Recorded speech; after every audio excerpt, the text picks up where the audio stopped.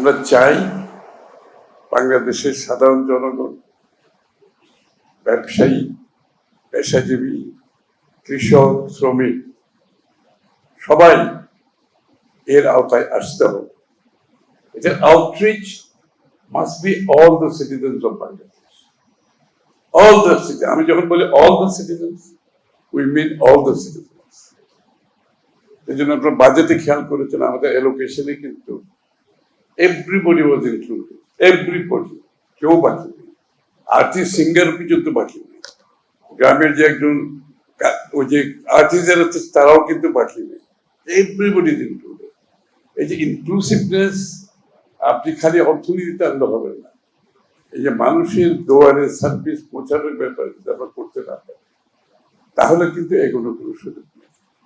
প্রত্যেকটি মানুষকে বাংলাদেশের অর্থনৈতিক বলেন, রাজনীতি বলেন, সমাজ বলেন, কর্মকাণ্ডের সাথে সম্পৃক্ত করতে হলে টেকনোলজির কোনো অল্টারনেটিভ নাই এই মুহূর্তে। তো এই জন্য আমাদের অনেক বড় প্রোগ্রাম আছে, আমি সেদিকে যাব না। এবং বর্তমানে আমাদের একটি টিম, আমাদের আইসিটি অ্যাডভাইজার সহ একটি টিম স্টোনিয়াতে আছে, আর তারা গভর্নর সহ বাংলাদেশ। অনেকে ভাববেন স্টোনিয়াতে কি কাজ?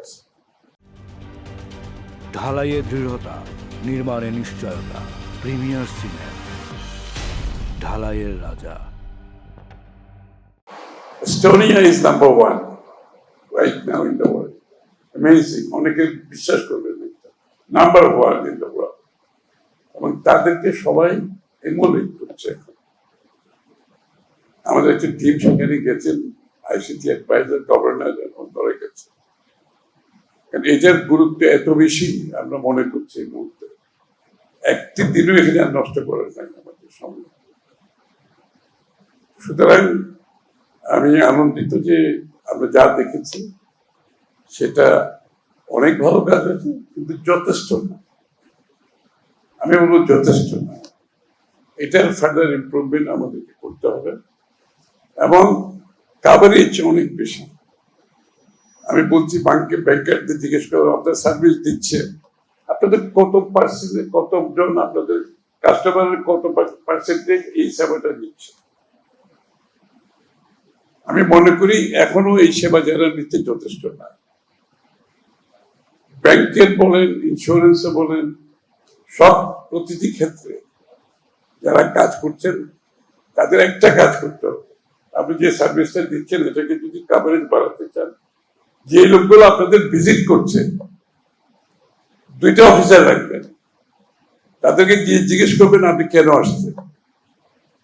এই কাজটা তো আপনি বাড়িতে বসে করতে পারতেন, কেন আসছেন আপনি? তার মাথায় অনেকের যে সারা জীবনের অভ্যাস রয়ে গেছে, আপনি যে লিভারেজ করেছেন টেকনোলজির মাধ্যমে, তার কাছে এখনো সেটা মেসেজ পৌঁছেনি। সারা জীবনের অভ্যাস, আমারও তো সেই অভ্যাস হয় না। আমি সাধারণ মানুষের কথা কি বলবো? আপনাদের প্রত্যেক জায়গায় অ্যাসাইন করবেন, যে লোকগুলো আসবে জিজ্ঞেস করবেন আপনি কেন আসবেন। যদি এই সার্ভিস হয় এটা তো আমরা অনলাইন আছে, অ্যাসিস্ট করবেন। কারো যদি অ্যাসিস্ট্যান্সের দরকার হয় অ্যাসিস্ট করবেন। দরকার হলে 2-3 জন অফিসার ইয়ারমার্ক করে রাখবেন যে আপনাদের কাজ হচ্ছে এইটাকে কাভারেজ বাড়ানোর জন্য অ্যাসিস্ট করা। তারা এই দায়িত্বগুলি যদি পালন করে তাহলে আপনার কাভারেজ বাড়বে। তাছাড়া অ্যাড ফেড তো দেবেনি। প্রত্যেকটা গ্রাহককে আপনি চিঠি দেন একটা, তো চিঠি দিতে তো অসুবিধা নেই, অ্যাট্রাকটিভ। ওই সরকারি কাজে চিঠি দিলে হবে না, চিঠিটা খুব অ্যাট্রাকটিভ হইতে হবে, সে দেখে বুঝতে পারবে যে এখানে তার কাজটা সে বাড়িতে বসে করতে পারে। একবার সিম্পল একটা ভাবে এটা যদি করবেন জিনিসটা কাভারেজ হলেই। আমাদের টার্গেট হচ্ছে আউটরিচ, সেবাটার আউটরিচ থাকতে হবে। সুতরাং এটা করতে হলে আপনারা যদি আউটরিচ না করেন, আমরা করে তো কোনো লাভ হবে না, বেনিফিট পাবে না। কারণ এটা শুধু এই সার্ভিস না, আমরা গভর্নমেন্টের প্রত্যেকটা সার্ভিসে জনগণের দোরগোড়ায় পৌঁছে তার গোড়ায় পৌঁছাতে চাই।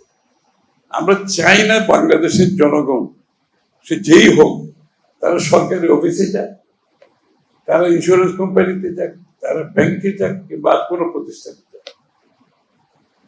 এবং এইটাতে কত সেভিংস আপনারা চিন্তা করছেন। রাস্তাঘাটে ট্রাফিকের উপর ইম্প্যাক্ট আছে, একটা মানুষের খরচ, আসা যাওয়ার খরচ, তার time, this is all important. প্রোডাক্টিভিটির জন্য আপনার একটা দেশের প্রোডাক্টিভিটি বাড়াতে গেলে একটা মানুষের তাকে যত বেশি কম সম্ভব তার এইসব সার্ভিস বাড়িতে বসে, রাস্তায় বসে, গাড়িতে বসে, রিক্সায় বসে সে যদি পেতে পারে, একটা দেশের কত মানুষের কত টাইম সেভিং, কত পয়সা সেভিং, তেল সেভিং, ট্রান্সপোর্ট, টাকা পয়সা সেভিং, বিশাল ব্যাপার। সুতরাং ইটস অ্যান অল এনকম্পাসিং একটা একটা উদ্যোগ, এটাকে আমরা বাস্তবায়ন করতে হবে। শেয়ার বাজারের যে ভীষণ ভাবে যে দুর্নীতিগ্রস্ত হচ্ছে, আমরা ইন্স্যুরেন্সের ক্লেম পাচ্ছেন, শেয়ার বাজারে যারা আছে যারা এটাকে মিস ইউজ করছে, প্রতিটি ক্ষেত্রে মিস ইউজ হচ্ছে, এগুলোকে যদি চেক দিতে হয় আমাকে এটা ফুলি ইমপ্লিমেন্টেশন করতে হবে। আমি আবারও ধন্যবাদ জানাচ্ছি যে আজকের উদ্যোগটা ভালো ছিল, এটা অনেকের জন্য আই ওপেনার, এবং প্রেসের মাধ্যমে এটা যখন জনগণ দেখবে সেটা অনেকে বুঝতে পারবে।